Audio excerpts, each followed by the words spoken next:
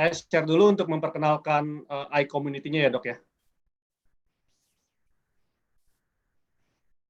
Oke, teman-teman, selamat datang di acara ILC, iCommunity Level Up Club. Teman-teman, kelihatan slide saya? Boleh kasih reaction jempol? Kelihatan ya?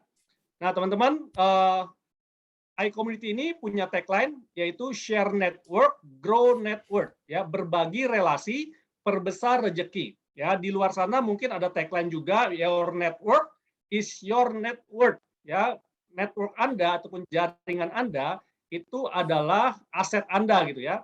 Nah, boleh nggak kita berpikiran seperti itu? Ya boleh aja sih, ya. Tapi kalau buat saya itu kayaknya cuma memperbesar diri saya sendiri seperti itu.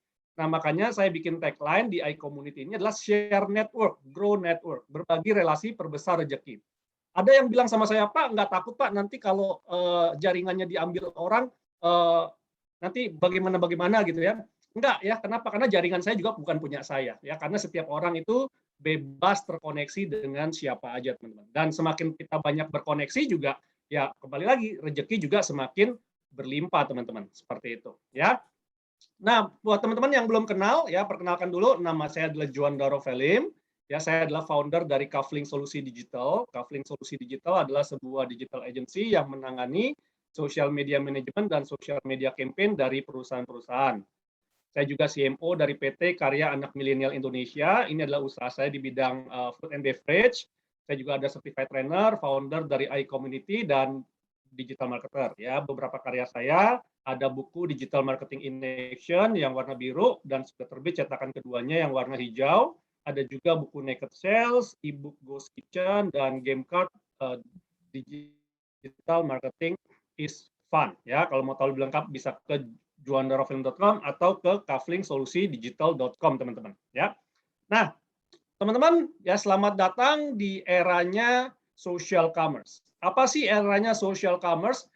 Social commerce adalah di mana perdagangan kita, teman-teman, itu dipengaruhi oleh lingkup sosial kita. Nah, kalau teman-teman lihat ya, sekarang orang kalau mau beli sesuatu, posting di sosmed, di Facebook, di Instagram, dan lain-lain.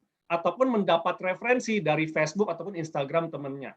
Kalau belanja di marketplace, ngelihat review, ngelihat bintang, dan lain-lain seperti itu. Itulah yang disebut sebagai social commerce juga ya. Nah, kalau kita lihat demografi di Indonesia pada tahun 2020, itu total populasinya ada sekitar 272 juta ya. Dengan jumlah pengguna internet ada 175 juta, pengguna sosial media ada 160 juta, dan pengguna smartphone ada sekitar 330 juta, teman-teman. Jadi kita bisa lihat digital kita itu sangat besar sekali, teman-teman. Marketnya gurih banget ya. Dan kalau kita lihat jumlah entrepreneur ideal di negara maju itu sudah 14%. Sedangkan di Indonesia itu baru sekitar kurang lebih 3%, teman-teman. Dan itulah juga yang menjadi visi dari iCommunity ini untuk ya minimal ikut bersumbangsi lah untuk pertumbuhan jumlah entrepreneur yang ada di Indonesia. Kan lumayan ya teman-teman ya, nambah 0,05 aja dari iCommunity yang masuk ke angka ini. Kan udah lumayan banget untuk Indonesia seperti itu ya. Nah, pertanyaannya sekarang adalah gimana sih untuk menjadi entrepreneur di eranya social commerce ini? Teman-teman bisa melakukan dua cara ya, bisa berkompetisi, artinya kita nanti sikut-sikutan teman-teman ya. Kita kalau bahasanya orang tuh kayak bunuh-bunuhan ya, adu kuat seperti itu, atau kita bisa berkolaborasi ya, kita saling bergandengan tangan teman-teman, kita saling merangkul dan kita saling besar bersama-sama. Kenapa? Karena berbisnis di era digital pada masa pandemi saat ini, teman-teman, Anda mau jadi yang mana?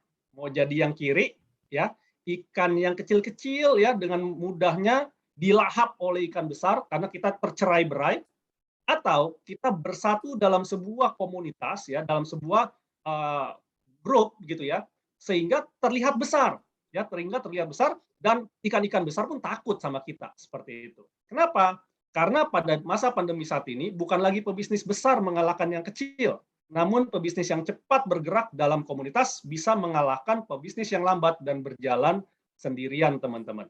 Ya. Nah, pertanyaannya, di manakah posisi Anda saat ini?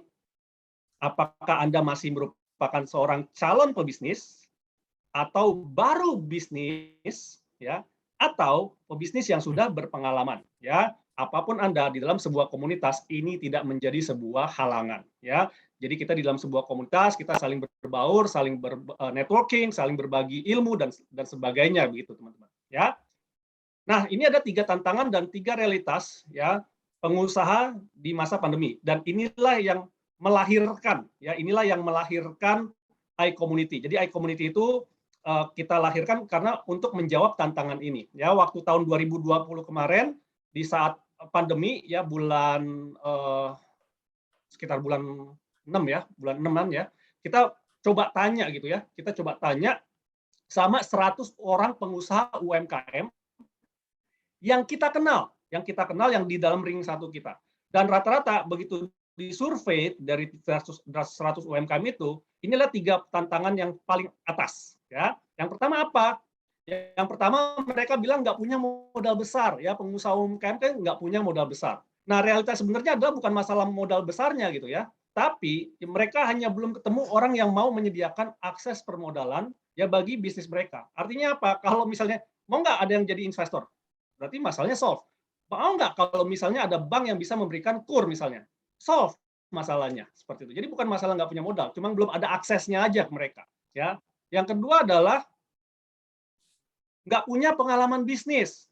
Nah, realitas sebenarnya adalah ya itu tadi karena mereka masih berjuangnya sendiri-sendiri, maka nggak ada orang yang mau sharing pengalaman kepada mereka dan nggak ada orang yang mau menjadi mentor mereka. Nah, sebenarnya kalau mereka berada di dalam sebuah komunitas, mereka bisa mendapatkan banyak ilmu ya seperti kayak hari ini adalah hasil dari sebuah komunitas di mana orang-orang hebat ya seperti Dr. Indrawan Nugroho sharing ya kita bisa mendapatkan insight-insight dari sharingnya pada malam hari ini seperti itu ya. Dan yang ketiga adalah nggak punya produk unggulan.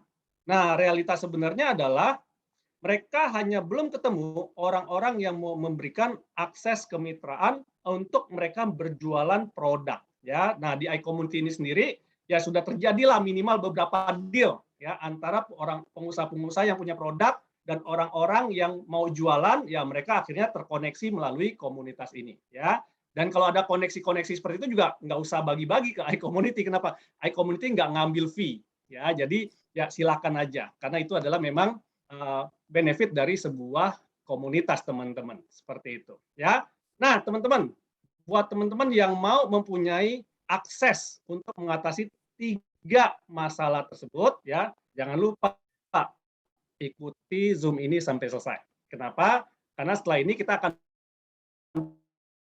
berdiskusi dulu nih ya, berdiskusi dengan seorang yang sangat luar biasa ya. YouTube-nya itu bisa dibilang viral banget ya. Saya kalau misalnya dapat link YouTube-nya pasti di forward lagi seperti itu. Jadi banyak sekali yang mendapat inspirasi. Beliau adalah sekarang adalah CEO dari Corporate Innovation Asia atau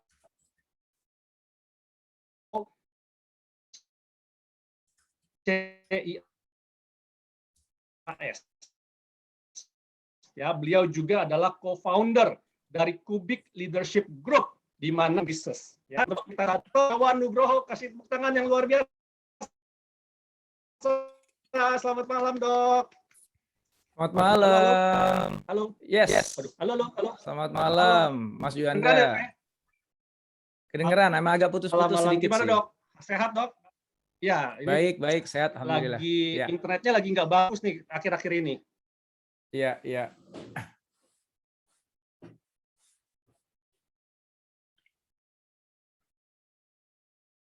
Agak putus nih ya, Pak Mas Yuanda ya.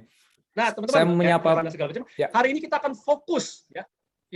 Hari ini kita akan fokus untuk berdiskusi. Jadi teman-teman bisa siapkan juga pertanyaan untuk berdiskusi dengan Dr. Indrawan Nugroho. Mungkin Dr. Indrawan Nugroho mau menyapa teman-teman tadi, silakan, Dok. Ya, selamat malam teman-teman semuanya, Bapak Ibu, sahabat-sahabat semuanya nih. Makasih banget nih Bro Juanda nih udah undang saya ke iCommunity-nya yang keren ini. Jadi senang banget bisa berbagi. Mudah-mudahan silaturahmi ini bukan cuma sekedar ngebuat kita saling kenal dan nambah ilmu, tapi juga jadi penyambung rezeki untuk kita semuanya. Amin. Amin ya. Oke. Hari ini saya hadir untuk teman-teman semuanya. Yuk kita ngobrol, kita diskusi. Kalau misalnya ada sesuatu yang saya bisa share dengan senang hati. Monggo, silakan. Saya akan ikut lead-nya Bro Juanda aja.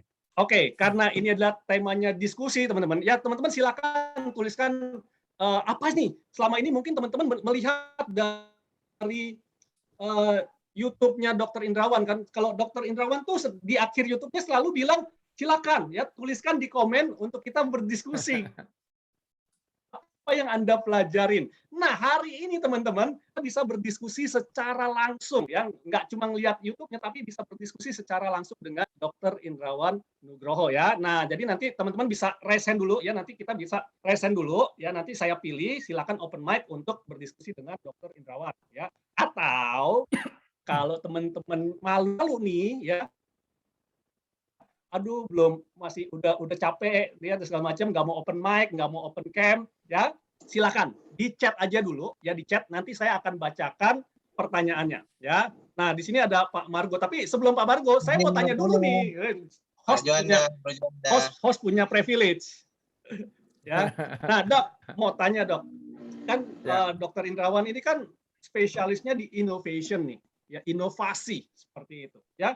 Saya mungkin pertanyaan orang awam Dok, dari teman-teman yang ada di sini ya. Apa sih inovasi itu Dok? Dan kapan ya, kapan sebaiknya kita melakukan inovasi? Apakah sebelum, di tengah-tengah, atau ketika nanti ada masalah baru inovasi seperti itu Dok? Gimana Dok? Silakan Dok. Baik, makasih. Jawaban langsung aja ya. Inovasi adalah sesuatu yang memiliki unsur keterbaruan. Jadi dia benar-benar bisa baru banget, original, belum pernah ada sebelumnya, atau bisa juga beda dari sebelumnya. Berarti kan kalau beda itu kan ada keterbaruannya kan. Nah itu yang pertama. Jadi sesuatu yang memiliki unsur keterbaruan. Tapi itu nggak cukup. Yang baru ini harus memberikan nilai. Jadi ada value yang tercipta, nggak cuma asal beda. Tapi perbedaan itu ngebuat misalnya sebuah pekerjaan jadi lebih mudah, jadi lebih ringan, produktivitas lebih tinggi, lebih murah. Nah itu kan berarti ada value-nya. Nah, ini nggak cukup juga, masih ada kriteria yang ketiga. Ya, setelah dia baru atau berbeda, dia juga harus memberikan nilai. Yang ketiga adalah dia harus dipakai orang. Dipakai ini bisa jadi kalau yang gratisan ya di-download aplikasinya, dipakai gitu. Kalau misalnya berbayar ya berarti dibeli barangnya. Gitu.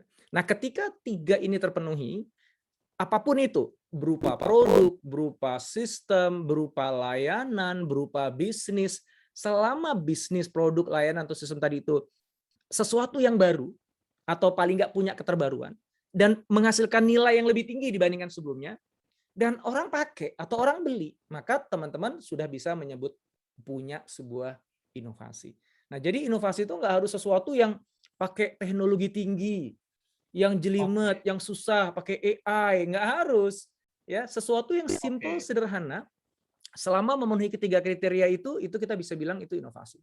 Pertanyaan yang kedua adalah kapan kita harus berinovasi? Ya, kalau hari gini sih ya, kayaknya pertanyaan kapan itu jawabnya agak susah ya. Kenapa? Soalnya ya setiap saat bro gitu. Karena kita sekarang hidup dalam sebuah dunia yang udah beda banget dari dunia sebelumnya. Dunia itu kan kebagi jadi dua sekarang ya, pre-pandemic dan post-pandemic. Jadi kalau dulu ada BC gitu ya, ada BC, ada AD gitu. Ya kan? Ya, nanti diubah jadi post-pandemic dan pre-pandemic. Nah, dunia post-pandemic itu beda banget dengan pre-pandemic. Ya, bukan hanya teknologinya berubah, tetapi bagaimana kita bekerja, bagaimana kita belanja, bagaimana kita belajar, bagaimana kita lakukan apapun dalam hidup kita ini, sekarang udah beda. Kita nggak mungkin bisa kembali seperti dulu, exactly kayak dulu. Bahwa ada orang nanti sekolah ya, balik lagi ke sekolah, nggak secara online. Orang meeting mungkin juga akan di kantor, tetapi nggak akan pernah sekolah sama kayak dulu lagi. Ataupun meeting sama kayak dulu lagi. Cara orang melakukan transaksi perbankan, nggak mau lagi kayak dulu lagi. Cara orang mau belanja, nggak mau kayak dulu lagi. Nah, karena dunia itu berubah di kanan kiri kita, pelanggan kita juga maunya udah berbeda, preferensinya, ekspektasinya udah berbeda, maka kan nggak ada pilihan lain selain kita mengikuti perubahan itu. Nah, untuk supaya bisa mengikuti perubahan itu, sehingga nanti kita produknya dibeli, dipakai, ya kita harus melakukan inovasi tadi. Ya, jadi inovasi sekarang keniscayaan. Nggak ada cerita kita nggak inovasi deh. Wassalam kalau nggak. Oke. Itu bro. Dari waktu ke waktu tetap harus berinovasi ya dok ya? Iya, ya, dan hitungannya udah harian. Karena kan kita jangan lihat inovasi itu sebagai sesuatu yang kayak misalnya gini, gue mau buat produk baru deh gitu. Nah, gue berinovasi selama 6 bulan untuk buat produk baru, gue luncurkan produk baru, berarti gue udah selesai berinovasi gitu. Itu logika inovasi yang mungkin zaman dulu masih oke kali ya, tapi zaman sekarang tuh udah enggak. Ya. Oke. Misalnya, oke, gue buat produk baru ini udah keluar nih. Tapi kan gue mikir lagi, sebentar, cara gue ngejual produk ini kayak gimana ya? Nggak mungkin gue jual dengan cara yang sama kayak dulu dong. Oke, setelah gue Ya. udah mulai jual dengan cara yang baru, sebentar, channel mana lagi yang bisa gue pakai ya? Sebentar, copywriting-nya nggak nyambung ya? Market mana lagi yang gue bisa masukin ya? Cara gue ngelola tim gue kayak gimana ya? Ada nggak sebuah mekanisme yang memudahkan kita untuk koordinasi nih? Gimana kita bisa aliansi sama sana? Kenapa nggak kita bangun ekosistemnya? Itu dari satu pertanyaan gua itu aja bisa muncul banyak banget inovasi kan. Gitu. Oke. Jadi inovasi itu berlapis-lapis, multi perspektif dan dikerjakan oleh semua orang dalam perusahaan. Nggak boleh tuh inovasi itu cuma direkturnya doang atau orang R&D doang gitu. Orang product development doang, lewat itu nanti pasti. Every single person dalam organisasi harus berinovasi di area pekerjaannya masing-masing. Oke, nice ya. Nah, ini mungkin Bro Margo nih udah resen ya, takut tangannya kram ya. Silakan Bro. Oke. Sebentar. Oke. Dokter Indrawan. Gimana, Salam Bang? sehat, Dok. Alhamdulillah sehat. Dok, ada 2 pertanyaan sih, simpel sih, Dok. Ya, mungkin kita umum aja, Dok. Seorang kreator seperti dokter ini kan tentunya kan mencari satu tema ya.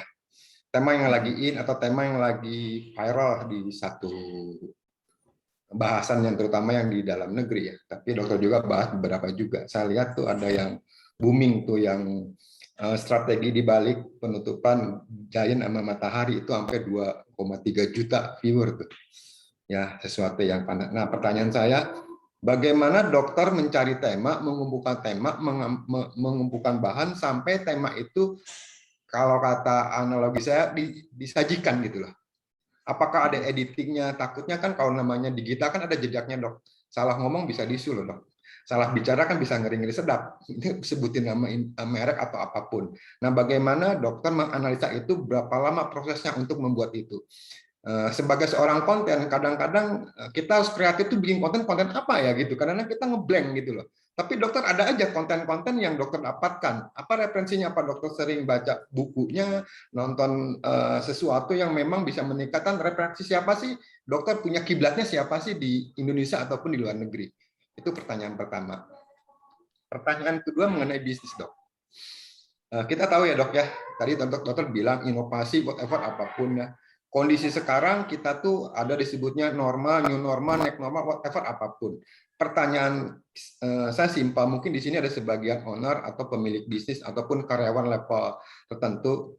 Ke depan, Dok, harus dilakukan sebagai si pemilik, itu apa sih langkah-langkah ke depan supaya kita bisa menyesuaikan dengan bisnis kita masing-masing. Kalau kita bicara inovasi, kita bicara kreatif, kita udah inovasi kok, kita udah kreatif. Tapi menurut dokter, apa yang perlu dilakukan supaya perusahaan kita atau minimal lah kita punya omset tidak turun-turun banget menurut pandangan dokter, atau mungkin ada pandangan kayaknya bisnis ini ke depan akan lebih naik deh. Jangan di bisnis seperti ini deh, di bisnis ini seperti sekarang mungkin kalau kita bicara ternyata di bisnis kesehatan atau di telekomunikasi kan agak naik dibanding industri-industri lain. Mungkin dokter punya pandangan itu. Itu 2 pertanyaan dari saya. Sebelumnya thank you Pak Dokter, dan thank you buat Bro Juanda teman gua. Thank you, Dok. Ya. Pertanyaan nomor 1 karena dia konten kreator juga tuh, Dok. Mantap. Satu kolega berarti kita ya. Oke, Bro Margo, tadi untuk pertanyaan nomor 1 sebenarnya saya udah jawab dalam video saya 2 sebelum ini ya, yang judulnya konten yang menggeser nasib. Itu ya, sudah saya baca cukup tapi pengen lebih jelas, Dok, dari dokter sendiri. Ya, yang perlu diperjelas apa? Yang udah saya sampaikan di situ, yang masih perlu diperjelas apa ya? Mungkin bisa di sounding juga di sini kan, nggak semua nonton juga kan di sini, mungkin ada yang baru kenal dokter juga kan. Setidaknya poin saya bagaimana mencari ide untuk mendapatkan konten tersebut sehingga dinaikin gitu kan, dan ide-ide itu kan yang mahal, Dok. Saya kadang berpikir mau nyari konten ini gimana caranya, karena mentok di tengah-tengah gitu loh. Nah, sehingga kadang-kadang nggak saya naikin, tapi berpikir ini pengaruh nggak ya, bagus nggak ya, kadang-kadang saya ragu gitu. Nah, dokter sini seperti apa tuh, Dok? Ya. Seperti saya sampaikan di video itu ya, bahwa ada 3 cara, ada tiga pola saya memilih topik. Pertama adalah yang trending, betul. Contohnya yang Giant Matahari itu karena lagi trending ya saya buat gitu, dan biasanya yang trending ketika dibuat itu cepat naiknya. Ya makanya 1 juta yang nonton hanya dalam waktu 3 hari. Itu tipikal lah. Kalau kita buat yang trending itu bisa naik gitu. Apapun gitu. Misalnya tiba-tiba lagi ngomongin si Coki gitu ya. Yang ketangkap kemarin, buat aja gitu, cepat itu naiknya gitu. Yang kedua adalah saya memilih topik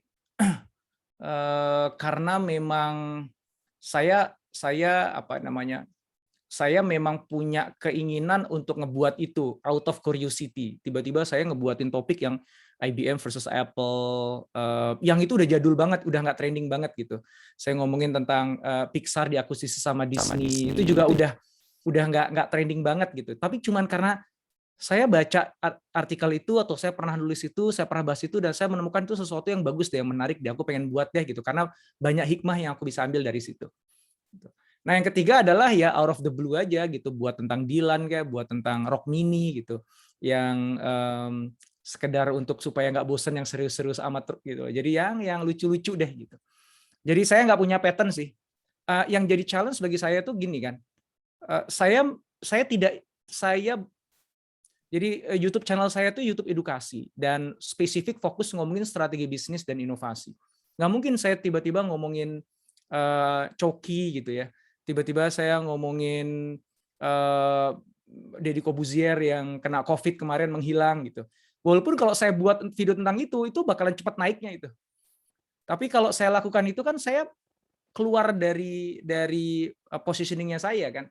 Gitu ya. Jadi saya konsisten aja gitu. Dan ternyata kalau dalam dunia bisnis itu nggak serame dunia selebriti atau dunia-dunia yang ada di YouTube yang lain gitu. Maka channel edukasi itu memang lebih sulit berkembang dibandingkan channel-channel yang hiburan gitu. Cuman nggak apa-apa karena niatan saya kan bukan untuk cari sensasi gitu ya. Niatan saya adalah ya saya pengen edukasi dan saya ingin berbagi sesuatu yang menurut saya itu penting dan bagus untuk dipelajari teman-teman. Ya udah gue buat aja deh gitu. Bismillah, mudah-mudahan yang nonton banyak gitu. Ya, karena kalau banyak yang nonton kan manfaatnya banyak gitu aja. Kemudian yang kedua, apa sih yang perlu dilakukan oleh si owner pada saat ini ya supaya bisa terus berinovasi dan akhirnya bisnisnya bertumbuh. Yang pertama adalah apapun bisnis teman-teman, apapun industri teman-teman, number one rule adalah follow your customer. Saya sering ngomongin hal ini kepada teman-teman, khususnya teman-teman UKM ya. Karena kebanyakan teman-teman itu dia fokusnya terlalu banyak pada produknya. Jadi gue punya produk ini, gimana cara gue nih ngejual ini ke orang lain? Gimana cara gue ngeyakinkan orang lain untuk membeli produk gue? Tapi dia nggak peduli sama customer-nya. Kalau dia bilang gue peduli sama customer, bohong itu. Ya, dia lebih peduli sama dompetnya dia. Dia lebih peduli sama cash flow-nya dia, which is ya iya sih, orang zaman pandemi begini kan semua orang pasti pusing karena dompetnya pasti menipis, cash flow-nya pasti rusak gitu kan. Tetapi kalau kita sebagai bisnis, kecintaan pertama kita tuh harus kepada customer, bukan kepada produk. Produk itu nomor sekian, kecintaan kita harus pada customer. So follow the customers. Maka ketika misalnya aku di bisnis properti gitu misalnya, ketahui dulu siapa sih customer yang ingin sasar. Properti itu kan ini marketnya kan macam-macam ya. Gitu. Mau dari segmen apa gitu. Dari kita ngomong psikografinya atau dari ukuran dompetnya itu udah punya marketnya sendiri-sendiri gitu. Jadi kita harus tahu dulu sebenarnya customer gue yang mana sih di dalam segmen market ini. Habis itu kita harus tahu luar dalam tentang situasinya mereka, problemnya mereka apa. Dan habis itu kita buat apapun yang bisa kita buat untuk bisa serve kebutuhan itu. Saya kan lembaga konsultan, saya juga punya perusahaan untuk training gitu. Begitu masuk pandemi, perusahaan itu nggak ada yang mau keluarin uang untuk training, untuk consulting, nggak ada, stop. Nah, teman-teman saya yang dalam industri itu pada panik semuanya, udah otomatis proyek yang tadinya udah dikontrak setahun berhenti, nggak ada pemasukan selama berbulan-bulan gitu. Terus apa yang kita lakukan pada saat itu ya? Pertama kita beruntung kita punya tabungan yang sebelumnya, jadi kita masih tetap bisa bertahan gitu, berjalan. Nah, ketika kita tahu bahwa situasinya udah berubah, maka hal yang pertama kita lakukan adalah instead of kita sibuk jejalin produk kita ke klien kita, ke prospek kita, nih beli dong, diskon nggak apa-apa deh, asal beli dong gitu. Kita justru pengen kenal mereka. Gue justru teleponin mereka semuanya, ngobrol, hey bro, sekarang situasinya nggak enak ya, kayak gimana sih, gue pengen tahu, gue bisa bantu apa. Waduh, kita nggak punya anggaran, Dra. Gue nggak nawarin lo apa-apa, gue nggak nawarin produk, gue cuma pengen pengen tahu situasi lo dan gue penasaran gue bisa bantu apa. Udah, lo nggak usah ngomongin urusan transaksi bisnis deh sama gue deh. Anything I can do. Tujuannya apa? Supaya aku bisa get in touch dengan mereka, gue bisa lebih paham situasinya mereka. Dan habis itu, oh ternyata mereka butuh gini. Gue buatinlah sebuah webinar gratis, ada masterclass gratis. Niatnya gue pengen bantu aja gitu. Dan itu pun mengangkat topik-topik yang memang itu jadi isunya mereka gitu. Dan otomatis kan mereka kan datang kan gitu. Dan lama-lama akhirnya, Dra, yang ini keren nih Dra, bantuin gue dong, gue nggak punya anggaran banyak nih. Tapi yang itu tuh boleh dong. Nggak apa-apa, yuk kita jalan.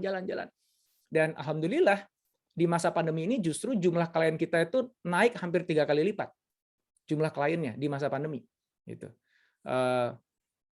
Kenapa? Karena kita sejak awal pandemi datang, hal yang pertama kita lakukan adalah gue perlu benar-benar memahami situasi customer gue, dan gue harus benar-benar bisa hadir sebagai solusi untuk mereka. Produk entar gue bisa pikirin, gue akan ubah produk gue. Kalau perlu gue buang produk lamanya, gue buat produk baru. Yang penting gue nggak coba nyelamatin diri gue aja, gue justru pengen hadir untuk customer gue. Nah, kalau teman-teman bisa menemukan itu ya, dan akhirnya benar bisa hadir sebagai solusi bagi customer, bisa ngikutin nih customernya ini sekarang ini lagi lari geraknya kemana sih, ikutin aja ke sana gitu. Customer ini sekarang concernnya ada di mana, ya ikutin aja ke sana gitu. Itu namanya follow your customer. Kenapa nih penting? Karena revenue kita kan datangnya dari customer kan. Jadi sebenarnya follow your customer itu istilah lain dari follow the money. Cuman gue nggak nyebutnya follow the money karena uangnya itu bisa diputar-putar kemana? Ada di bank Swiss gitu, ada di mana? Itu kan agak pusing kan. Pak, yang penting itu kan yang punya duit, bukan duitnya gitu. Ya, kalau kita ngikutin duitnya, tapi yang punya duit nggak mau ngasihin ke kita kan juga nggak ada gunanya juga kan. Jadi mendingan gue ikutin yang punya duit, dimanapun itu duit berada. Kalau emang dia mau ngasih duitnya ke gue, dikasih duitnya ke gue gitu kan. Jadi itu hal yang paling kunci dan menurut aku hal yang paling simple, paling fundamental yang gagal dipahami oleh banyak pengusaha, khususnya ketika masuk ke pandemi. Ya, mereka fokusnya adalah nge-push barangnya keluar. Fokusnya adalah ngejualan, nyekokin customer. Di tengah orang susah, duitnya nggak ada, kerjaannya mungkin akan hilang, bisnisnya nggak berkembang, tiba-tiba tiap hari diteleponin, ditawarin ini, ditawarin gini, ya jengah kan gitu. Ya. Nah itu hal yang pertama. Yang kedua adalah tadi aku main komentari, apakah kita nih sekarang kan telco lagi bagus, apakah kita pindah ke telco? Nah itu sebenarnya style bisnis. Kalau teman-teman bisnisnya dagang, boleh ngikutin itu. Ya, jadi ikutin aja barang dagangan yang sekarang lagi laku apa, ya udah itu yang dijual. Kalau bisnisnya perdagangan gitu nggak apa-apa. Tapi kalau teman-teman bisnisnya bukan perdagangan, melakukan itu berat nantinya. Karena belum jadi kita udah ganti produk, belum punya pijakan kokoh di marketnya, belum dikenal brandnya, udah pindah lagi. Hanya karena kita latah ngikutin sekitar kita. Gitu. Nah itu malah justru kalau bagi saya sih not recommended. Kecuali begini, bisnis gue sekarang ini kemarin-kemarin tuh bisnis gue spa. Ya. Begitu pandemi kan spa nggak boleh tutup. Terus gimana? Gue ngotot jualan spa? Ya enggak kali bro. Tinggal lo pikirin gimana caranya. Ya udah gini, lo bawa spa itu ke rumahnya customer lo aja. Kan spa itu kan lo bisa jualan musik spa-nya, bisa jualan aroma spa-nya, terus kita buat program khusus spa di rumah gitu kan, kita cari sourcing yang bisa menghadirkan spa di rumah itu kan, kita cari aja tuh barangnya gitu kan. Jadi tetap pakai brandnya kita udah punya customer base yang udah biasa kenal kita, jadi mereka akan percaya tuh, yuk gue punya program lo spa di rumah. Ya, ini paketnya sekian ya bisa jadi. Atau completely dia pindah ke bisnis yang lain yang kebetulan di masa pandemi lagi naik daun gitu. Nggak apa-apa. Jadi kalau untuk kasus emergency nggak apa-apa. Tapi kalau itu dijadikan kayak habit, kita pengennya ikut-ikutan kemana angin bertiup, nanti nggak jadi bisnisnya. Kecuali bisnisnya murni dagang atau makelar. Nah, kalau dagang atau makelar boleh. Oke. Mudah-mudahan kejawab pertanyaan. Siap.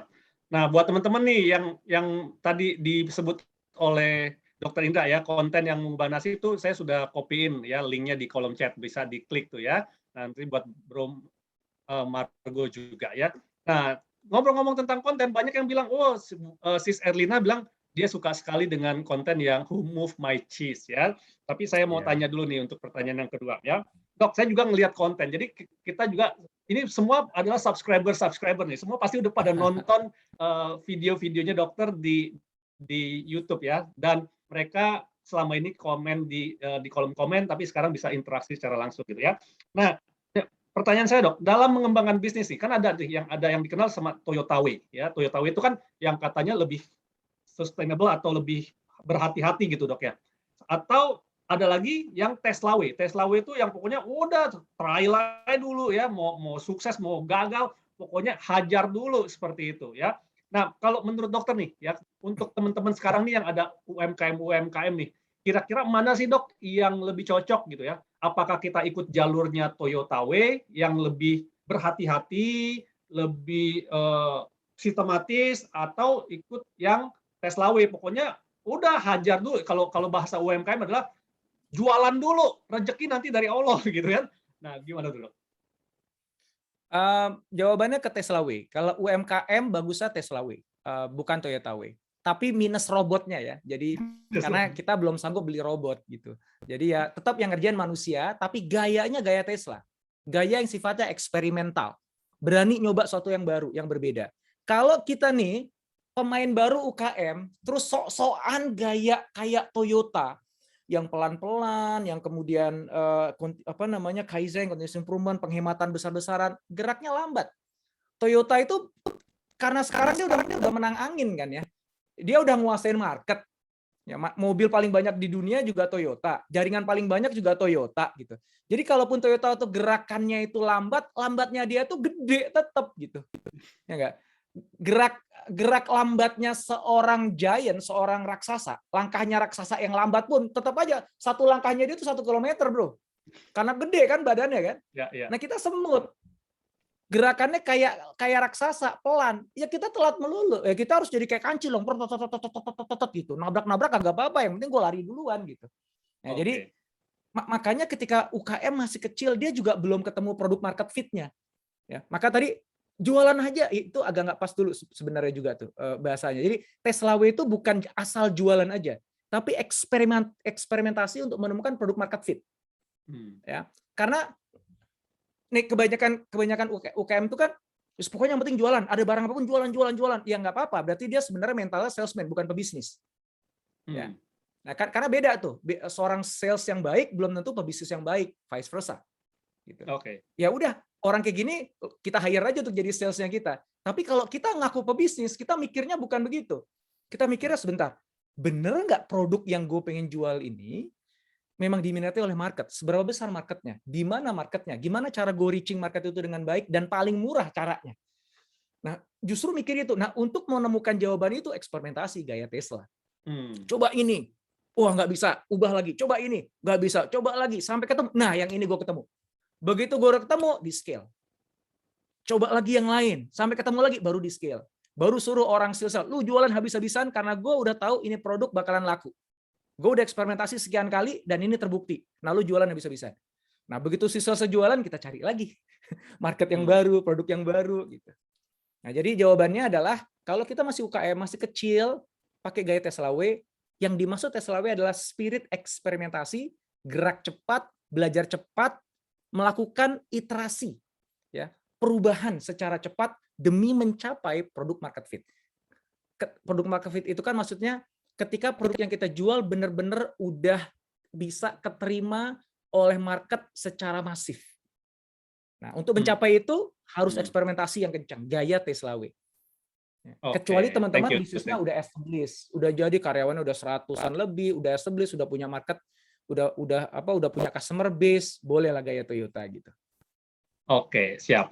Nah, ini ada pertanyaan di kolom chat dari Pak Yudi nih, Pak Yudi Putranto. Ya, kenalkan Pak Indra, saya berpengalaman mengelola restoran skala kecil dengan luas lahan yang saya miliki cukup luas, sekitar 2.000 meter persegi, dan view-nya itu persawahan.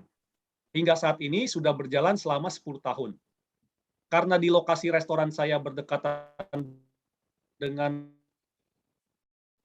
salah satu kampus negeri terbesar di Bogor dan berkembangnya objek wisata andalan Kota Bogor, melihat potensi yang ada, maka penawaran dari teman investor, nah ini masuk investor nih, untuk memperbesar restoran saya dengan nilai investasi yang cukup besar. Yang mau saya tanyakan, apakah inovasi kerjasama seperti ini cukup aman bagi saya?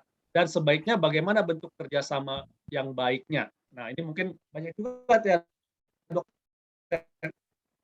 kendala-kendala nanti antara pemilik ide bisnis sama investor, nanti gimana tanggapan dari dokter? Halo? Sebenarnya ya pertama sebenarnya saya punya banyak pertanyaan sebelum bisa menjawab ya, karena ini kan kasus banget ya. Jadi misalnya gini, sekarang ini bisnisnya kayak gimana? Yang ada itu yang dengan 2000 meter itu, yang dekat sawah, yang dekat kampus itu gimana gitu?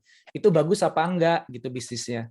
Kalau ternyata itu bisnisnya bagus, artinya memang karena lokasinya bagus, marketnya juga dekat di situ, harganya cocok dengan kampus yang dekat di situ, bisnisnya bagus. Kenapa nggak bootstrapping aja gitu? Apa namanya, puter aja duitnya lagi untuk kemudian bisa gedein bisnisnya sendiri gitu. Jadi agak sabar, ya, sabar, nggak pengen cepat menikmati kekayaannya, tapi duitnya diputer lagi gitu ya, sehingga kepemilikan 100% masih ada di Bapak gitu, Pak Yudi. Kalau misalnya mau pakai investor sih boleh aja, cuman begini ya, nggak ada rumus bahwa semakin banyak duit semakin sukses kita, itu nggak rumusnya nggak gitu. Kadang-kadang kita berpikir ketika ada investor datang bawa duit banyak kita bakalan lebih sukses dan kita akan lebih kaya gitu. Enggak. Yang pasti kalau duit investor dikasih ke kita tuh bukan duitnya kita, itu tetap duit investor yang ditaruh di perusahaan kita, itu tetap bukan duitnya kita. Jadi kita nggak bisa ngambil kan. Yang jadi problem adalah sekarang ada yang ngerecokin bisnis kita.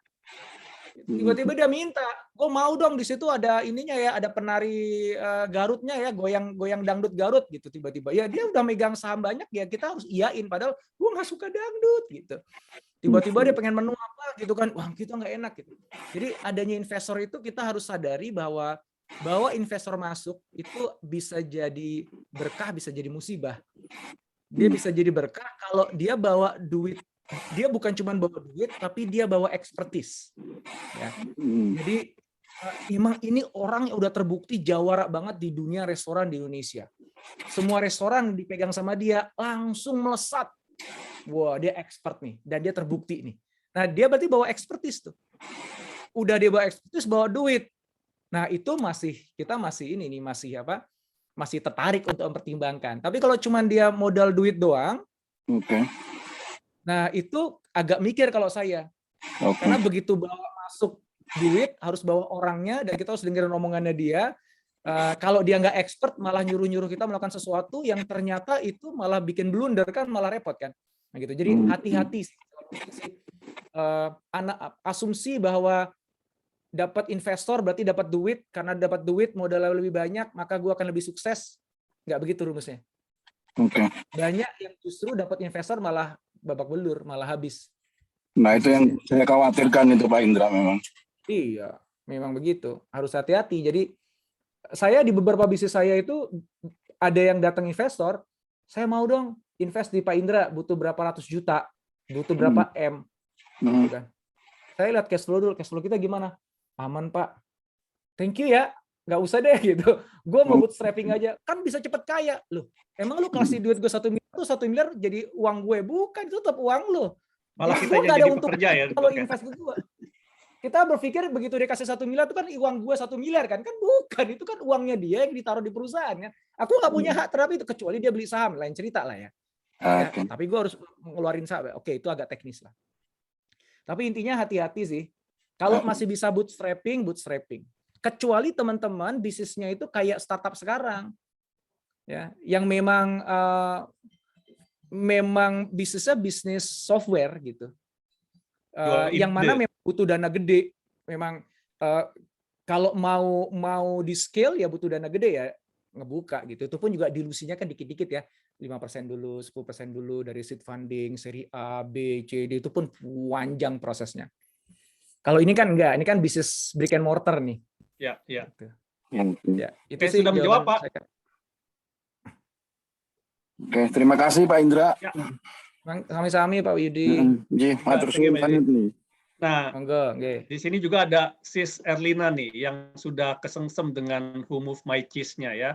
Sis Erlina ini Nah. juga adalah founder dari Happy Play Indonesia ya. Ini juga pembicara kita untuk di akhir bulan nanti. Silakan, Sis. Mana nih? Terima kasih ya pada Coach Indrawa yang selalu memotivasi di YouTube channelnya. Terus terang, saya punya bisnis ya. Awal pandemi itu juga, saya kan B2B juga ya. B2B, cuma sekedar sharing ya. Saya thank you banget videonya itu, menginspirasi banget. Yang mengingatkan kita itu Who Move My Cheese. Kita harus mengikuti di mana pasar itu berada.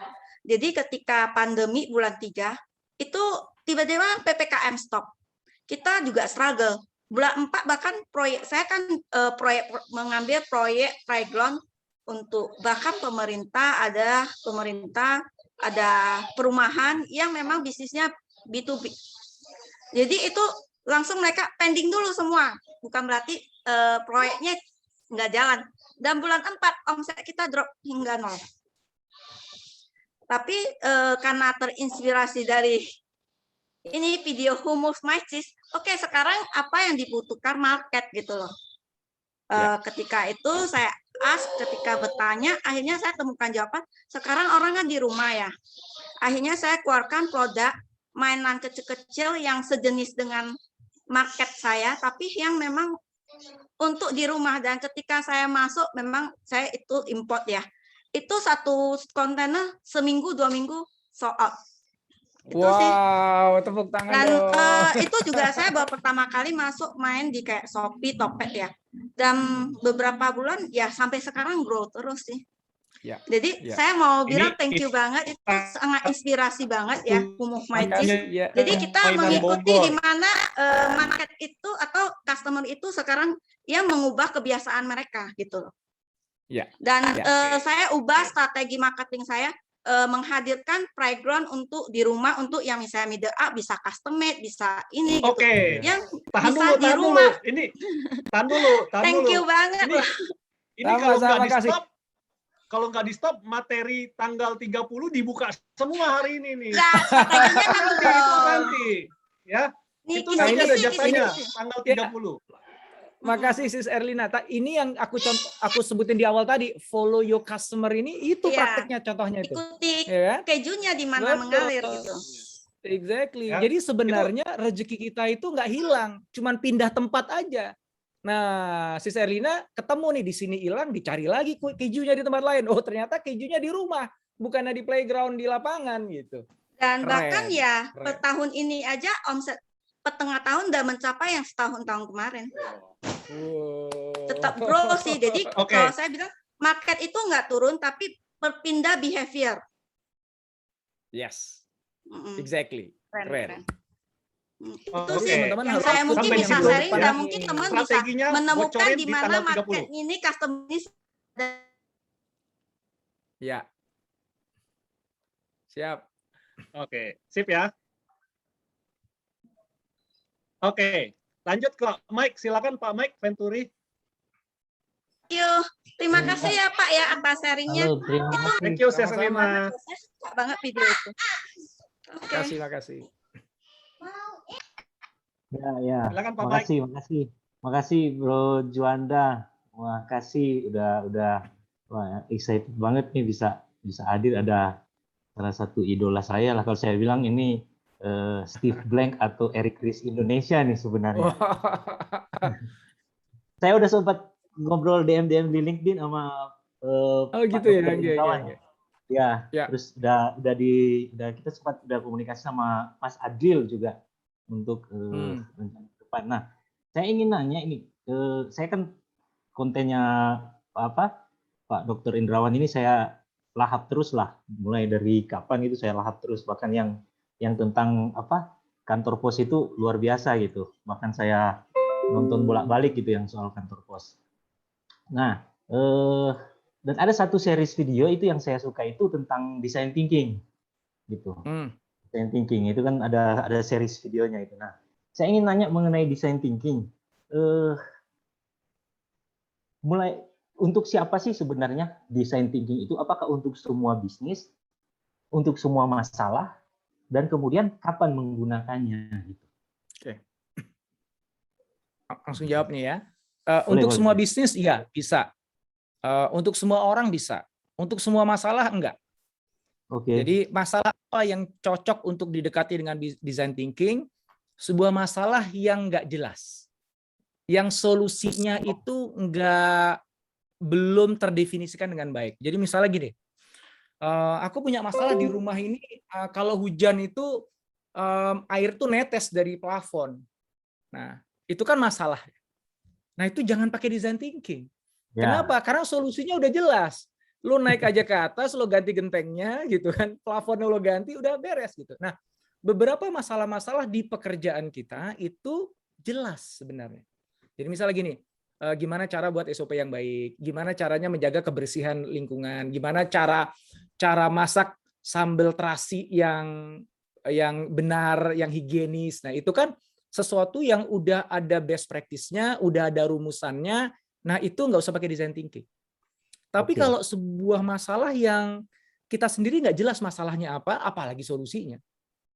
Nggak ada best practice-nya. Nah, itu design thinking. Dan menariknya adalah, begitu masuk pandemi, banyak masalah jadi nggak jelas.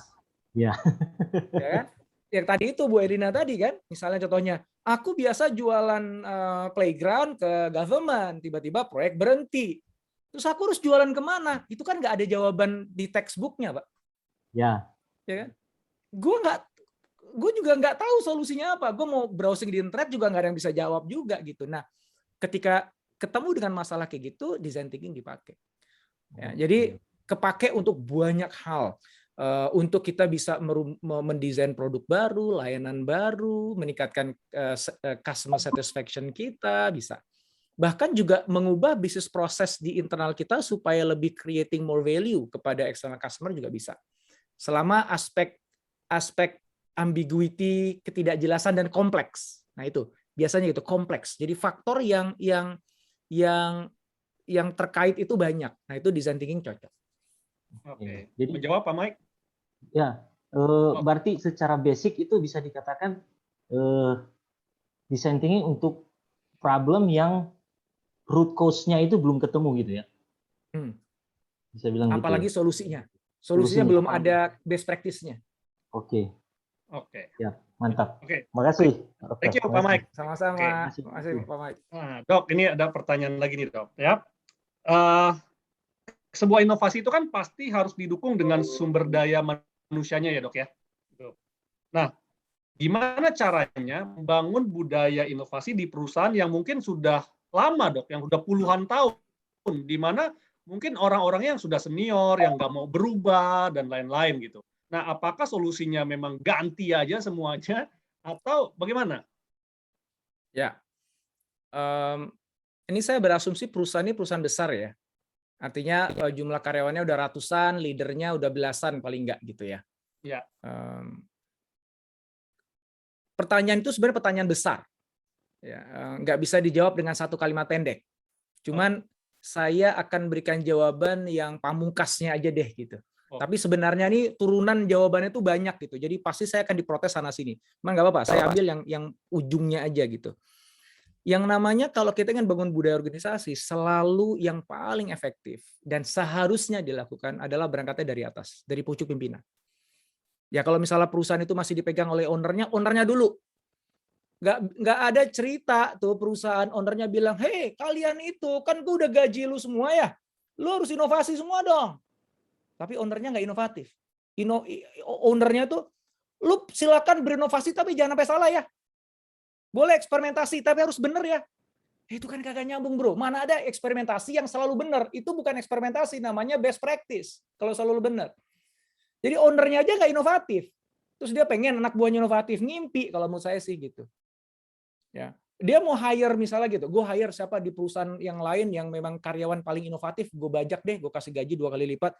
Kerja di perusahaan gue. Harapannya adalah dia menularkan inovasi ke teman-teman yang lain. Tapi si leadernya dia tidak mindset-nya nggak punya growth mindset, nggak open mindset, dia fixed mindset, ya dia orang generasi masa lalu yang pokoknya yang benar tuh begini, yang lain semuanya salah, ya bahwa sumber informasi datangnya dari saya perintah patriarki banget, udah hampir dijamin itu orang yang brilian di perusahaan yang lain ditaruh di situ digajinya 2 kali lipat, dia akan mendem.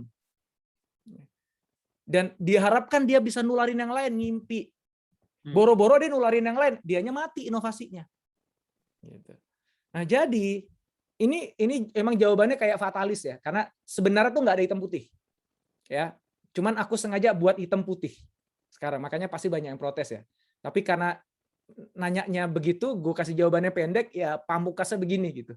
Ya. So ownernya dulu yang harus open mind banget, yang harus benar-benar belajar tentang inovasi dan merelakan dirinya untuk nanti berubah, untuk nanti untuk anak buahnya berbeda dengan dia. Dia harus siap dulu, harus legowo dulu gitu. Nah, ketika si ownernya itu udah punya mindset inovatif, udah punya perilaku inovatif, dia akan bisa ngebuat jenderal-jenderal di bawahnya untuk juga inovatif. Nah, jenderal di bawahnya akan buat ke bawah inovatif. Jadi itu akan trickle down effect. Kalau kita bicara budaya inovasi, yang paling bagus itu begitu. Ya. Bisa nggak buat budaya inovasi dari bawah? Bisa, cuman itu bakalan berat. Kenapa? Karena inersianya tinggi, perlawanannya tinggi. Yang bawah bisa generasi milenialnya inovatif, yang atasnya tukang rem. Yang atasnya justru malah menghambat inovasi, ya itu berat gitu. Maka yang paling bagus itu dari atas ke bawah. Bro Juanda kayaknya freeze nih.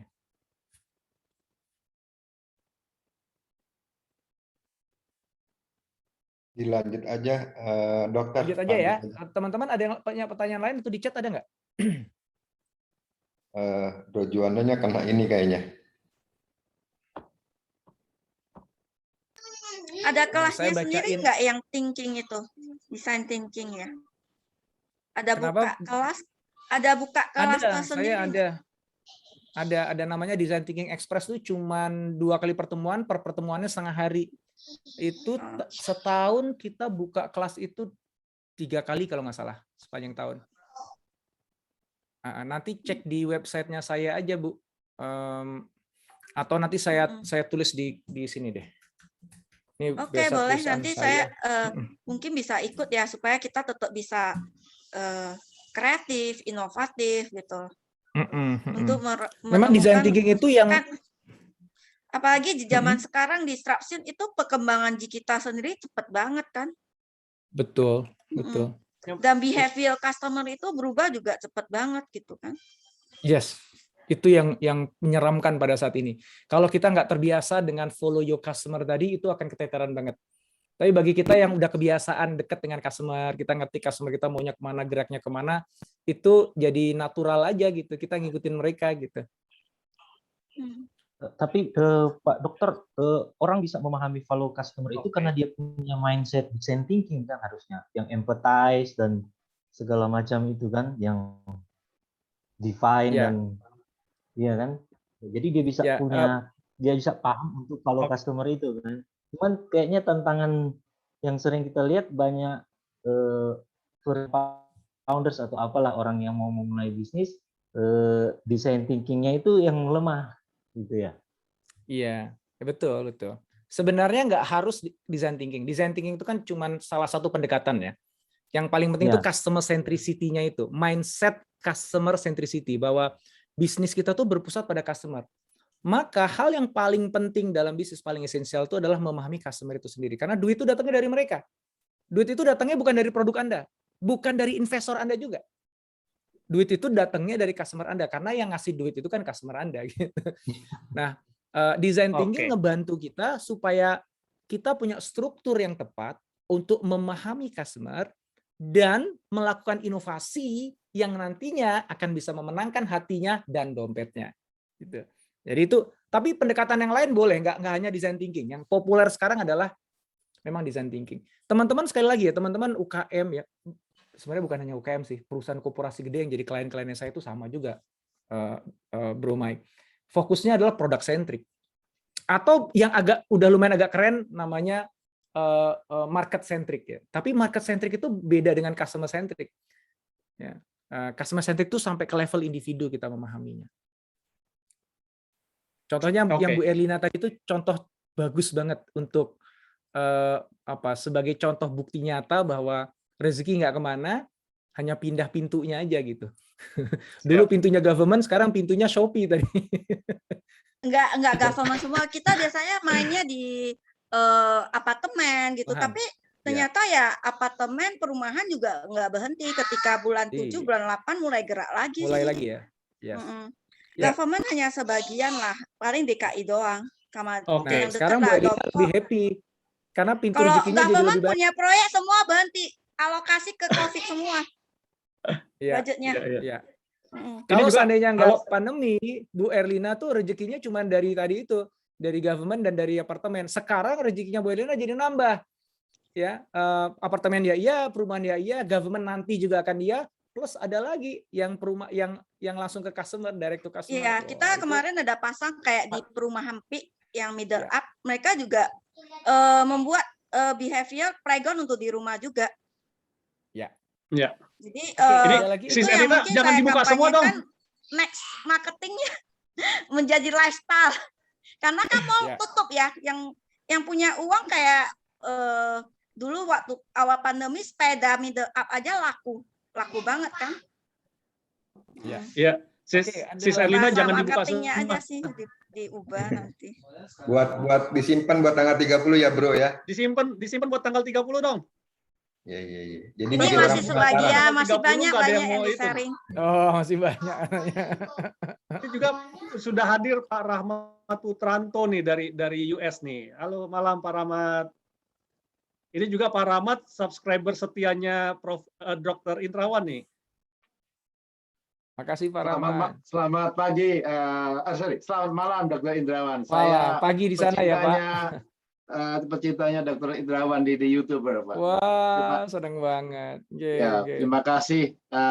Kami di sini Pak Indrawan mengajak para saya ulangi, mengajak teman-teman diaspora Indonesia bisnis. Kami sedang menjahit semuanya. Jadi di Amerika itu ada sekitar 200.000 diaspora. Kalau Kanada ada sekitar 25.000, Meksiko sekitar 10-15.000. Nah, ini adalah potensi-potensi buyer yang bisa kita rajut bareng-bareng. Nah, untuk itu kami dengan teman-teman di sini kami sedang mengerjakan entah modelnya marketplace atau mungkin produk-produk yang dijual secara langsung. Tetapi in the same time, Dr. Indrawan, ini sekarang ini banyak, kalau saya ngikutin webinar-webinar dari Indonesia itu banyak sekali, bahkan mungkin saya katakan ribuan lah UKM Indonesia ingin masuk ke Amerika. Nah, mereka masih terkendala dengan peraturan-peraturan, bahkan juga masalah harganya, masalah packagingnya, masalah informasi produknya tersebut. Kemudian yang terakhir ini masalah biaya logistiknya yang menurut saya masih super mahal. Nah, kemarin itu kami mengajak bicara cukup dalam dengan Pos Indonesia, apakah mereka bisa berperan jauh ke Amerika. Ternyata memang masih ada kendala, walaupun di rute yang baru ini mereka sudah punya pemikiran yang sangat fenomenal. Menurut Pak Renald Kasali yang diinfo kepada saya, mereka masih dalam paper saat ini, tetapi dalam lapangannya itu masih belum bisa. Contoh realnya begini, Dr. Indrawan. Kami kan September ini nanti akan September akhir tanggal 30 sampai tanggal 3 kami akan membawa sekitar 40 UKM spesial coffee, Pak. Jadi kami membawa ke mereka, kami mencoba bekerja sama dengan Pos Indonesia, ternyata permasalahan pengiriman sangat rumit. Akhirnya kami karena Mas Sony dari Gurita itu teman kami, saya bilang Mas Sony bantu untuk membantu kirim, dan sangat simple. Yang menurut saya pertama sangat simple, yang kedua harganya cuma 1/5-nya. Ini yang fenomenal menurut saya. Nah, bagaimana ini ke depan supaya industri UKM ini bisa berjibun masuk ke luar negeri ya. Kalau Profesor Indrawan lihat itu kalau Indonesia, kalau Kanada, Amerika sama Meksiko digabung, terutama Amerika Selatan ya, itu almost 1 billion penduduknya. Almost 1 billion. Nah, kalau kita bisa mendatangkan produk-produk yang prima, harganya oke, tadi pasarnya besar sekali. Yang berikutnya kita memakai teman-teman diaspora, kita empower mereka menjadi agen-agen pemasaran kita. Nah, kami membutuhkan kayak Pak Endrawan dan teman-teman semua di Indonesia, bagaimana kita menjahit potensi ini menjadi satu produk yang bisa ditunjukkan kepada customer yang cukup banyak. Nah, teman-teman diaspora ini kita jadikan mereka agen-agen penjual kita. Saya tadi setuju sekali tadi dengan design thinking tadi, bahwa duit itu datang dari mereka, bukan dari produk kita. Nah, bagaimana kita mengambil hati mereka ini ada satu strategi yang tertentu yang mungkin kami butuh ini insight dari Dr. Endrawan untuk menyampaikan pada kita. Kembali Dr. Endrawan, kalau potensi diaspora ini bisa di-empower, nah gimana strateginya nih? Kalau saya pengen belajar dari Dr. Endrawan. Terima kasih. Kalau ada yang pertanyaan yang lain, nanti bisa saya sampaikan tentang what insight-nya di Amerika ini. Terima kasih, Dok. Terima kasih Pak Rahmat. Itu justru sebenarnya saya yang punya banyak pertanyaan untuk Pak Rahmat. Karena teman-teman UKM juga punya pertanyaan yang sama sebenarnya, pengen bergerak ke sana, cuman memang nggak tahu. Sebenarnya kan udah banyak ya teman-teman yang dari lembaga ekspor import Indonesia misalnya. Salah satu klien saya Exim Bank ya, itu juga udah punya program sebenarnya untuk bisa masuk ke negara-negara di Eropa, di Amerika gitu. Dia penyediaan anggarannya, penyediaan jalurnya itu juga ada sebenarnya. Jadi sebenarnya kalau kita bicara jalur-jalurnya di Indonesia sendiri, sebenarnya pemerintah ataupun swasta pun juga sebenarnya sudah, menurut saya saya tidak memahami secara penuh karena saya bukan pelaku di sana juga. Tapi yang saya tahu secara permukaan effortnya ke sana sudah ada. Cuman yang jadi big question-nya adalah kan kenapa kok nggak banyak yang main. Nah ini pertanyaan yang design thinking bisa jawab. Ini yang tadi tuh Bro Mike kan nanya, design thinking itu menyelesaikan masalah apa? Ya ini nih, karena kita ambigu, ini masalahnya apa sih? Kenapa sih sebenarnya pemerintah udah ngasih jalur, swasta udah ngasih jalur, yang di Amerika kayak Pak Rahmat sudah ngebukain pintu gitu, tapi kenapa kok nggak bisa masuk juga? Variabelnya banyak. Pak Rahmat tadi udah menyebut ya, mungkin harga, logistik, nggak ngerti aksesnya, nggak ada agen yang ada di sana, nggak memahami market yang ada di sana sehingga nggak tahu produknya cocok atau tidak dan lain sebagainya. Atau cuman semata-mata karena nggak kepedean orang Indonesia, itu kan variabelnya banyak banget. Yeah. Jadi ini saya yang pasti nggak bisa jawab pertanyaannya Pak Rahmat. Ini perlu kajian lebih lanjut dan ngobrol yang cukup panjang nih, dan saya senang hati kalau seandainya nanti kita bisa ngobrol-ngobrol lagi Pak Rahmat untuk ngomong. Siap ini. Saya Dr. Endrawan, saya sangat senang sekali sharing semuanya kondisi yang real karena ya tadi yang saya mau sampaikan juga bahwa teman-teman diaspora ini sangat haus untuk bekerja sama, Pak. Bahkan saya dari Indonesian American Association, kami punya warehouse, Pak. Kemudian teman saya yang kurang lebih setengah jam dari sini juga ada warehouse yang cukup besar, di New York juga ada, Chicago ada. Dan bukan hanya orang Indonesia yang punya bisnis, tetapi Indonesia yang punya warehouse yang siap dikerjasamakan, Pak. Nah, ini penting sekali. Cuman Pak Dr. Endrawan, saya mau nyampaikan yang tadi pemerintah sudah bantu ini dalam realitasnya masih seret, Pak. Seratnya gini, ini contoh yang real, Pak. Kemarin kita di Kementerian Pertanian tuh mengirimkan sekitar 17 UKM kopi, Pak. Prosesnya untuk mengumpulkan itu sangat susah. Itu yang pertama.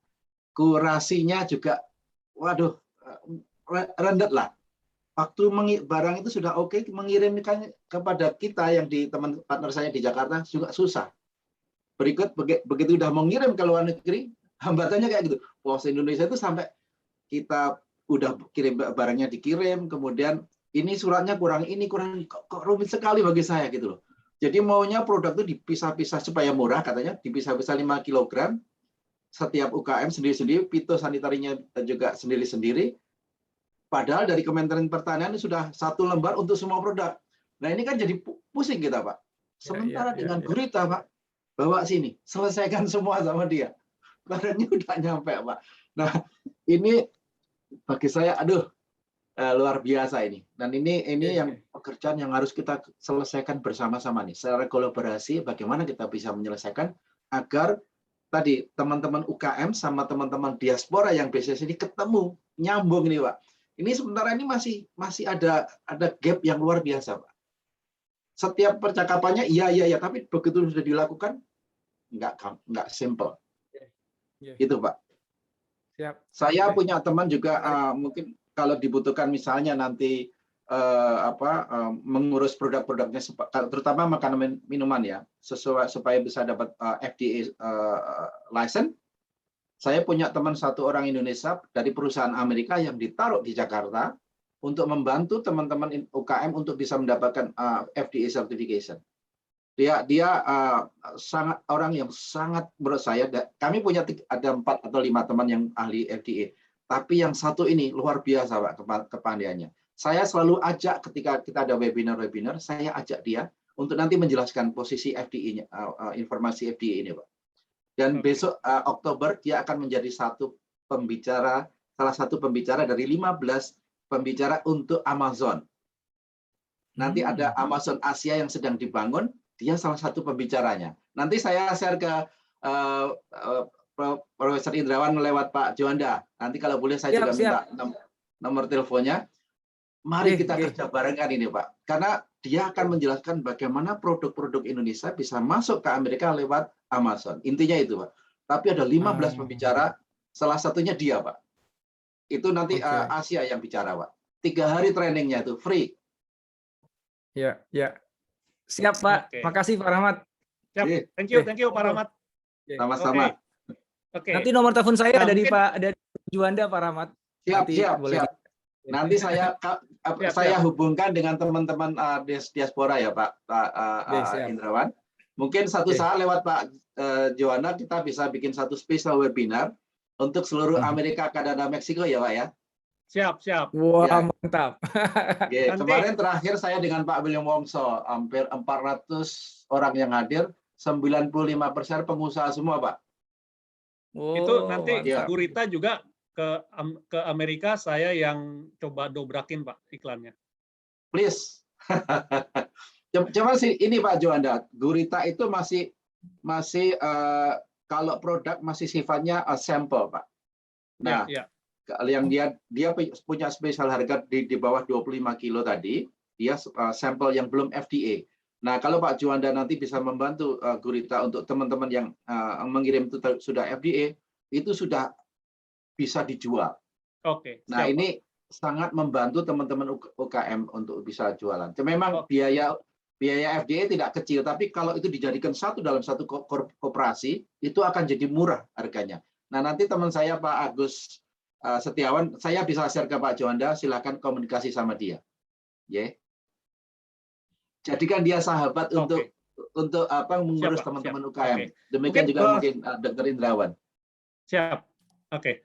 Mungkin ini ada 2 pertanyaan terakhir nih Dok. Ya, saya langsung ringkas aja karena pertanyaannya juga simpel banget ya.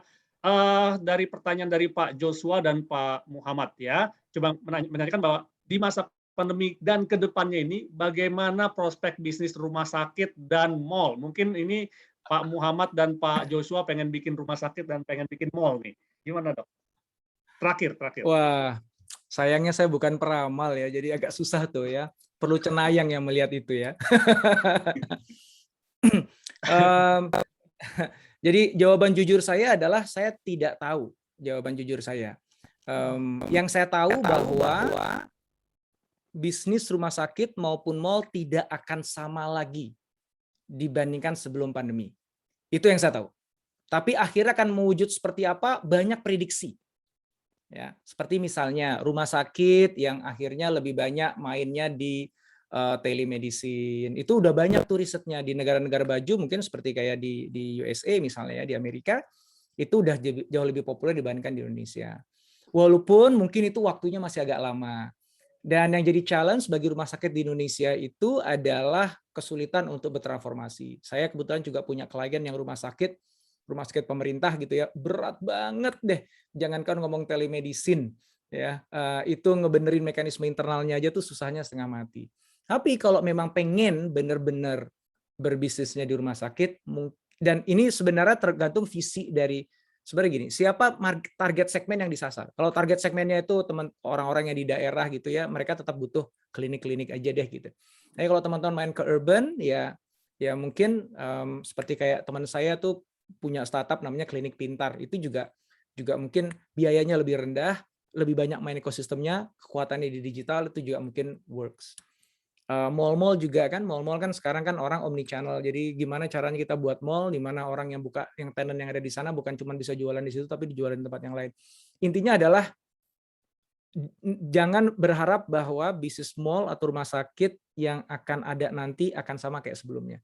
Jadi semua textbook yang ngajarin Anda tentang bagaimana cara buat mall yang baik, bagaimana cara buat rumah sakit yang baik, yang textbook itu ditulis sebelum pandemi. Nah, mungkin itu nggak usah dibaca lagi. Takutnya nanti misleading gitu. Mendingan baca artikel-artikel jurnal-jurnal yang baru gitu kan ya. Yang cuman sayangnya artikel baru, jurnal baru itu belum terstruktur rapi kayak textbook gitu. Jadi bacanya tuh susahnya setengah mati gitu. Tapi itu tetap lebih aman baca itu dibandingkan baca textbook yang udah nggak relevan lagi gitu. Itu sih. Nah, tipsnya gimana Mas Indra? Balik lagi ke yang aku ngomong dari awal, follow your customer. Tetapkan dulu Anda mau buat rumah sakit untuk siapa. Setelah Anda tetapkan itu, cari tahu preferensi dia untuk urusan kesehatan tuh bagaimana sekarang. Nah, Anda mau buat mall untuk siapa? Misalnya untuk anak muda, milenial gitu, misalnya sasaran utamanya, tapi yang kaya, yang bisa spending habit-nya sekian. Cari tahu dulu mereka ke mall tuh ngapain. Nah itu ya. Jadi sekarang itu semuanya lagi ditulis ulang. Ya, kita semuanya tebak-tebakan. Ya. Wah, ini ada masuk lagi satu pertanyaan dari Pak ditulis Bernard, ulang ya. Wah, ada cakep ini. Iya, Pak Rahmat. Ditulis ulang. Luar biasa nih. Ya, satu lagi tadi apa, Pak? Bro? Oke. Ada masuk lagi satu dari Pak Bernard ya. Selamat malam semuanya. Ya, ini baru mau dibacain, Dok. Ya. Selamat malam semuanya.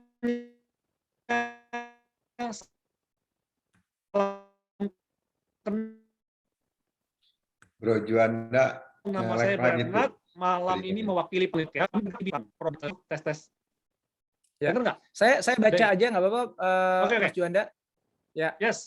Ini kembali lagi pertanyaannya tentang tren ya. Ya. Ya, saya harus disclaimer dulu bahwa saya bukan researcher dan saya agak khawatir ketika saya menjawab yang kaitannya dengan tren gitu. Karena sekarang semuanya tebak-tebakan yang seperti aku sampaikan tadi gitu ya. Yang pasti aku taunya bergeser gitu. Bergeser ke arah mana tergantung nanti mau baca rujukannya yang mana gitu. Kalau dibilang tren ke marketplace di masa depan, mungkin tergantung segmen dan produknya gitu. Misalnya contohnya gini, isi saya itu bisnisnya fashion. Kita pernah Pak Rahmat ke USA untuk di New York Fashion Week, kita pernah saya pernah sana dan laku baju yang beli itu adiknya Andy Warhol. Waktu itu dia yang rumahnya nggak jauh dari Central Park di sana, dekat konsulat Pak, dekat konsulat jenderal itu. Nah di situ rumahnya sebelah situ. Pasti Bapak kenal deh nama ibu itu, aku lupa namanya. Nanti info ke saya Pak, nanti saya cari Pak. Nah intinya yang ingin saya sampaikan adalah kita menemukan bahwa marketplace kita nggak masuk. Jadi produk bajunya istri saya itu nggak cocok dijual di marketplace. Padahal waktu itu saya semua marketplace dimasukin gara-gara ada teman saya jualan fashion juga bilang, Dra, lu tuh ngapain lo buat website sendiri? Ngapain lo jual pakai WA? Lu pakai marketplace aja. Gue laku dan saya cek emang iya, laku banget dan enak banget jualannya gitu. Saya coba caranya dia nggak kena. Nggak laku saya. Akhirnya saya tutup semua marketplace. Semuanya tuh, Shopee, Tokopedia, Bukalapak, semuanya dulu pernah saya punya. Bahkan punya yang official store. Saya tutup semuanya. Ya. Akhirnya sekarang saya jualannya mancingnya lewat IG, closingnya lewat WA. Habis itu saya tanya teman saya yang lain punya metodologi yang lain lagi. Kesimpulan saya adalah gini, bahaya kalau kemudian saya menyimpulkan bahwa yang paling bagus sekarang bro caranya pakai gini. Kenapa? Karena terbukti gue berhasil. Nah itu berbahaya. Kenapa? Karena apa yang berhasil bagi gue belum tentu berhasil bagi lo gitu. Dan itu udah proven banget loh. Terus kok bisa beda-beda sih Mas Indra? Ya kan market lo sama market gue beda bro. Produk gue sama produk lo berbeda bro. Jadi sekarang itu kita agak susah menggunakan kayak one strategy for all gitu loh. Sebenarnya ini udah diprediksi oleh para pakar sejak zaman bahula dulu sih. Ya, kalau dulu kan marketing itu kan untuk sekelompok market. Ada satu segmen target segmen tertentu, terus kita akhirnya menjual ke segmen target itu. Sekarang di eranya Amazon, nah ini ya Pak Rahmat tadi angkat, eranya Amazon tuh kita marketing tuh per individu. Yes. Jadi si Indra ini Amazon tahu nih cara ngejual ke Indra itu pakai lewat jalur mana, produknya apa. Ke Bro Juanda juga beda gitu. Jadi balik lagi, buku textbook tentang marketing itu juga sekarang ditulis ulang karena teknologi memungkinkan, dan customer makin karena udah terbiasa dimanja oleh teknologi yang mengerti dia, termasuk iklan yang dia lihat pun hanya iklan yang memang dia minati, mereka jadi ya gue maunya begini kok gitu. Nah terus kan jangan dong harusnya begini, ya siapa lu yang punya duit kan gue gitu ya. Jadi ya akhirnya tadi perusahaannya apa namanya tadi, PT Prima Solusi Medical. Yes. Maka daripada Anda terus datang ke pakar-pakar dan nanti nanya trennya kayak gimana, ya Anda nanya pada 10 pakar, Anda akan dapat 10 jawaban yang berbeda. Anda akan bingung sendiri, stres sendiri, malah nggak bergerak-gerak, ya. Dan Anda akan bilang semuanya ngaco gitu. Karena memang kita semua tuh tebak-tebakan, cuman ada yang educated tebakannya, ada yang nggak educated gitu ya. Bedanya cuman itu aja. Tapi tetap kita tuh tebakan. So, daripada jenengan percaya sama orang yang tebak-tebakan, mendingan percaya kepada customer Anda. Datengin aja customer Anda pelajari customer Anda. Mereka itu kayak gimana ya belanjanya sekarang ya, produk yang seperti apa yang mereka minati ya gitu. Temuin 1, 2, 3, 10, ketemu dengan lebih banyak orang lagi. Habis itu eksperimentasi, coba deh dengan cara gini works apa enggak. Cobalah dengan cara gini works apa enggak. Ya, saya untuk menemukan di produknya istri saya itu untuk menemukan siapa market yang paling tepat, produk yang kayak gimana yang cocok, lewat channel yang mana, cara nawarinnya kayak gimana, itu saya eksperimentasinya tuh entah berapa puluh kali. Tapi begitu ketemu, udah langsung eksponensial geraknya. Gitu. So jadi mendingan invest waktu, pikiran, tenaga to understand your customer more dibandingkan sibuk untuk minta prediksi. Karena pertama tebak-tebakan, kedua bisa jadi tebakannya benar, tapi itu expired date-nya itu mungkin hitungannya bulanan. Jadi dia benar untuk bulan ini, bro. Ntar begitu PPKM-nya udah berubah lagi, udah lain lagi perilaku customer-nya gitu kan. Iya, iya. Capek banget gitu. Masuk akal. Ya, masuk akal. Gitu. Ya, mohon maaf saya tuh nggak bisa ngasih jawaban yang mantap untuk pertanyaan-pertanyaan begini, non sewu sangat gitu, karena ilmu saya yang terbatas. Luar biasa tapi ini. Gitu, Bro Juanda. Thank you kalau begitu. Sama-sama. Ya, luar biasa sekali teman-teman. Dengan berakhirnya pertanyaan tadi, yuk kita kasih tepuk tangan sangat luar biasa untuk Dr. Indrawan. Terima kasih semuanya untuk waktunya. Ya. Tes. Masih. Thank you dokter udah sharing-sharing buat komunitas community ya. Nah, untuk teman-teman saya izin untuk menyampaikan apa itu coba sharing buat teman-teman. Oke. Halo Forward ya Pak. Saya kelihatan. Ya. Iya Pak. Oke, teman-teman, bagaimana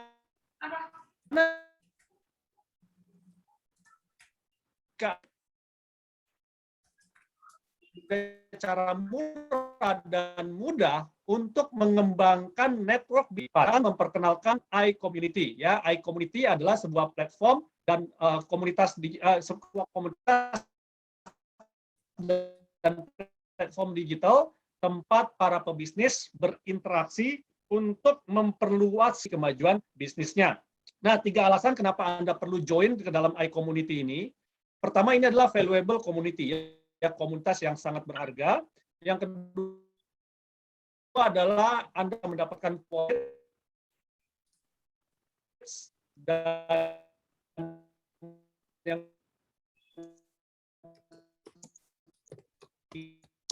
adalah ini low cost, teman-teman. Bisa mendapatkan akses networking untuk berjejaring di komunitas ini. Jangan cuma jadi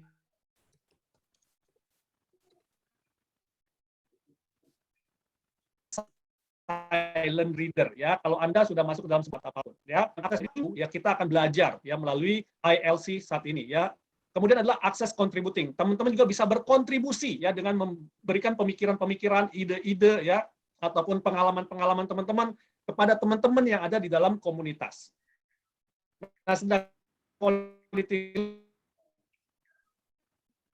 leads di sini teman-teman bisa mendapatkan lead customer baru, ya kita nggak pernah tahu ya, ada lead reseller baru, mengenal ya, jadi teman-teman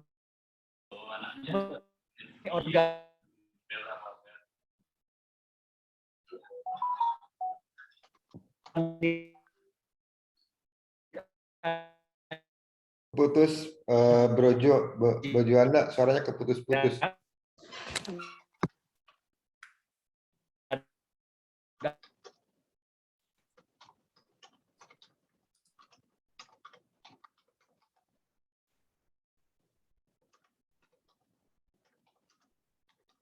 Halo, Bro Margo. Masih keputus-putus, Bro, suaranya, Bro.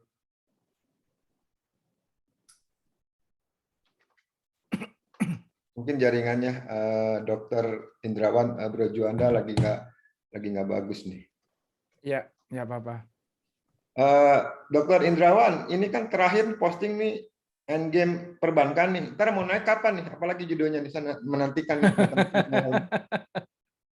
Saya lagi pusing ini karena saya padat banget jadwal ini nih. Kita mau ada event gede dan kebetulan proyeknya juga lebih banyak. Jadi saya cari yang gampang-gampang aja deh untuk minggu ini deh. Tadinya saya mau buat judulnya tuh udah ada bahannya, judulnya strategi Amazon, Apple, Google dan Facebook merampas dompet kita. agak sedikit dramatik gitu ya. Intinya nggak clickbait kan? Mengangkat strategi mereka menguasai dompet kita gitu ya. Karena mereka tuh lagi gila-gilaan main di fintech-nya itu. Jadi sebelum nanti mereka beneran merangsek, mau saya kasih warning dulu ke teman-teman, hey guys, hati-hati nih. Lu begitu kekunci ke mereka, lo seru gitu kan. Kalau bisa duitnya muternya di kita aja, di Indonesia aja gitu. Amerika udah kaya, ya Pak Rahmat ya. Kalau bisa justru kita jualan ke Amerika supaya devisanya ke Indonesia gitu. Iya, betul. Kalau bisa pemain lokalnya juga diangkat gitu loh. Iya, pemain lokalnya suruh jualan ke Amerika kayak Pak Rahmat tadi gitu, biar duitnya kan dikirimnya ke Indonesia. Iya. Tapi variabelnya tadi Dok, yang harus diperbaiki tadi. Kapan-kapan Pak Rahmat nanti kita boleh nanti saya buat satu segmen video khusus deh. Yuk ke Pak Rahmat kita kupas tentang yang Pak Rahmat tadi sampaikan itu, diaspora kita di sana. Terus sebenarnya punya banyak pasar yang besar di sana, cuman orang Indonesia kenapa nggak ngambil ke sana. Itu mudah-mudahan ya kalau misalnya ada 100.000, 200.000 yang nonton, nanti trickle efeknya tuh mungkin agak banyak gitu Pak. Jadi spiritnya adalah sebenarnya kita pengen inform ke teman-teman, hey guys, ini ada market gede, udah banyak orang saudara-saudara kita di Amerika yang pengen bantu, pengen support gitu. Dan ini ada jalan-jalannya gitu. Nanti link kalau misalnya Pak Rahmat ada link-link kalau website dan sebagainya aku masukin di description. Jadi teman-teman udah kalau kalian tertarik sama ini kontak langsung, ini ada linknya gitu. Siapa tahu bisa mengakselerasi prosesnya gitu Pak Rahmat. Siap. Saya siap kapan saja Dr. Indrawan. Ya Pak. Karena ini, banyak subscriber saya kan UKM ya yang juga pengen itu Pak. Jadi sekaligus kita facilitate aja gitu. Monggo, saya dengan senang hati nih kalau kita bisa berkolaborasi. Kemudian intinya cuma satu Dok. Mengempower UKM bersama diaspora. Ini wah luar biasa ini. Bahkan nanti mungkin nanti saya konekkan dengan teman-teman diaspora yang ada di Australia sama yang di Eropa karena saya punya jaringan diaspora Pak. Jadi benua Pak. Jadi, mantap Pak. Kita ada work spesial untuk diaspora benua Pak. Nah, nanti itu mari kita viralkan ini. Keren, Pak Rahmat, keren. Kalau gitu malah teman-teman dulu Pak. Kita akan buat video dulu Pak 10 menit untuk bikin penasaran. Habis itu kita buat live streaming Pak dari 3 benua itu Pak. Jadi teman-teman UKM, oke, kalian mau nanya langsung nih nanya sama Pak Rahmat, langsung nanya sama ini, wah pokoknya biar rame gitu Pak. Siap. Pak? Siap. Saya minta nomor kontaknya Pak Rahmat juga ke Bro Juanda ya. Monggo. Siap. Monggo. Sorry teman-teman, ini kayaknya internet saya lagi error, jadi ini pakai handphone jadinya. Oke, tes. Ya, Suaranya kedengeran? Lanjut bro, kedengaran bro. Meskipun Lanjut bro. ada hilang-hilang dikit. Iya, ini kayaknya internetnya lagi ngehang, jadi kayaknya nggak bisa dilanjutin penjelasan tentang iCommunity-nya. Ya, jadi thank you lagi sekali lagi buat Dr. Indrawan dan teman-teman yang hadir pada malam hari ini. Ya, saya mengundang teman-teman sekalian untuk yuk kita open kamera, open mic, ya. Kita ucapkan terima kasih Dr. Indrawan atas insight-nya pada malam hari ini. Terima kasih Dr. Indrawan. Terima kasih. Indrawan. Tolong tanya dok, kira-kira apakah selain kalau Anda kan di YouTube memberikan kita insight ya dok ya. Tapi kalau kita ingin one step ahead, ingin belajar yang tadi seperti ditanyakan, itu apakah ada kelas-kelas atau apa yang Anda Langsung atau ke company Anda website. bikin kita bisa gitu. Oke. Ya, kita bisa ikut gitu. Thank you. J. Nah, saya tulis link website saya di Yang di chat kias.co @event gitu ya? J, Iya di deh. situ aja itu semua event-event yang ada di situ semua. Oke, thank you. J, monggo. Macam-macam event saya itu majority free, ada berbayar Dan sedikit. demikian, Nah, jadi aku ikutin semua aja. It's okay. Oke, Oke, pamit saya juga. Makasih semuanya Bapak Ibu semuanya. Sampai ketemu lagi. Makasih semua. Makasih banyak. Thank you. Hari ini thank you Thank you. sekali lagi Terima Dr. kasih. Indrawan Izin dan pamit. thank you, kita ketemu lagi minggu depan teman-teman ya. Bye-bye. Oke, Pak, terima kasih. Terima kasih Dr. Indrawan, Mas Juanda, terima kasih Terima sekali. kasih. Apresiasi Bapak Ibu, salam kenal semuanya. Salam kenal semua. Terima kasih Pak Oke, Engki. saya end all dalam 5, 4, 3, 2, 1. Bye-bye.